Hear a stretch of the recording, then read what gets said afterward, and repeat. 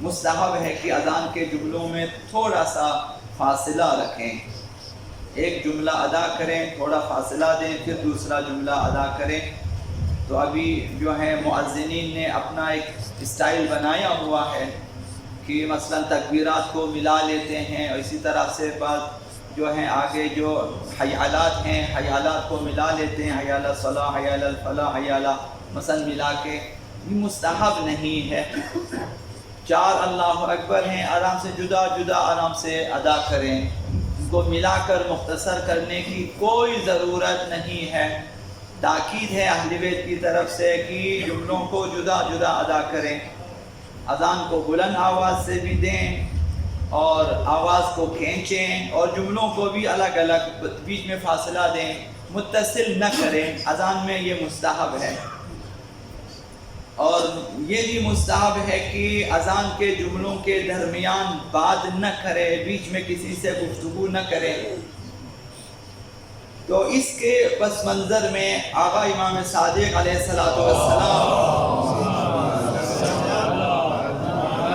سے روایت ہے کہ فرمایا لا ينبغي تعمد الکلام فی الاذان، شائستہ نہیں ہے، سزاوار نہیں ہے کہ جان بوجھ کر اذان کے درمیان بات کرے۔ مؤذن بیچ میں بات چیت نہ کرے، کسی سے کلام نہ کرے، اول اذان سے آخر اذان تک اذان ہی کہے۔ فَإِنَّهُ بَابٌ مِّنْ أَبْوَابِ الْبِرِّ، اذان نیکیوں کے دروازوں میں سے ایک دروازہ ہے۔ آپ ایک بہت بڑی نیکی کر رہے ہیں۔ فرمایا کہ وَلَا يَنبَغِي لِمَنْ كَانَ فِي بِرٍّ أَنْ يَقْطَعَهُ، تو کسی انسان کے لیے شائستہ نہیں ہے جب وہ نیکی کے کام میں مشغول ہے تو اسے چھوڑ دیں۔ تو کلام کرنا یعنی کلام کے ذریعہ، بات چیت کے ذریعہ نیکی کو قطع کیا ہے، اسے اہل بیت ناپسند فرماتے ہیں، خداوند ناپسند فرماتا ہے۔ اس لیے فرمایا بیچ میں بات نہ کریں۔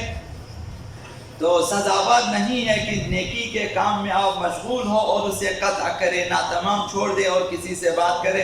الا الی ما ہوا مثلہ، جب آپ کی کوئی نیک کام کر رہا ہو تو اس وقت چھوڑیں جب اس سے بہتر یا اس طرح کی کوئی اور نیکی کا کام کرنا ہو، ورنہ نیکی کے کام نہیں چھوڑنا چاہیے۔ تو بیچ میں البتہ واجب نہیں ہے، مستحب ہے کہ کلام نہ کرے۔ اقامہ کہتے وقت درمیان میں بات کرنا مکروہ ہے۔ اذان کے درمیان کلام نہ کرنا مستحب ہے، اور اقامہ کے درمیان بات کرنا مکروہ ہے۔ آقا امام جعفر الصادق علیہ السلام نے ارشاد فرمایا کہ یا ابا ہارون الاقامہ من الصلاۃ، اے ابا ہارون اقامہ نماز کا حصہ ہے، اقامہ نماز کا حصہ ہے۔ فَإِذَا أَقَمْتَهُ، جب تو اقامہ کہے نماز کے لیے، فَلَا تَتَكَلَّمْ، بات نہ کرنا، بات نہ کرنا، مکروہ ہے کہ انسان بات کرے۔ وَلَا تُؤْمِ بِيَدِكَ، اپنے ہاتھ سے کسی چیز کی طرف اشارہ بھی نہ کرنا۔ جب اقامہ کہہ رہے ہوں آپ تو اپنے ہاتھ سے کسی چیز کی طرف اشارہ نہ کریں، اور اسی طرح سے بیچ میں کلام بھی نہ کریں، چونکہ کراہت ہے تو ثواب کم ہو جاتا ہے۔ انسان چاہتا ہے نماز گزار کی اذان اور اقامہ کے ذریعہ فرشتوں کی 2 صفیں اس کے پیچھے اس کی اقتداء میں نماز پڑھے، تو اگر ہم بات کریں گے یہ چیزیں کم ہوتی جاتی ہیں، ثواب کم ہو جاتا ہے۔ اور اگلا مسئلہ یہ ہے، مستحب ہے کہ اقامہ کہتے وقت بدن کو ساکن رکھے، طمأنینہ کے ساتھ کہے۔ اذان میں شرط نہیں ہے، اقامہ میں مستحب ہے کہ بدن ساکن ہو، جس طرح نماز میں قراءت کے وقت، تکبیر کے وقت، رکوع سے پہلے، رکوع کے بعد بدن کو جو ہے قیام کی حالت میں ساکن رکھتے ہیں، اسی طرح اقامہ کہتے ہوئے آداب اقامہ میں سے یہ ہے کہ بدن ساکن ہو۔ تو اس سلسلے میں حضرت آقا امام صادق علیہ السلام کی روایت ہے،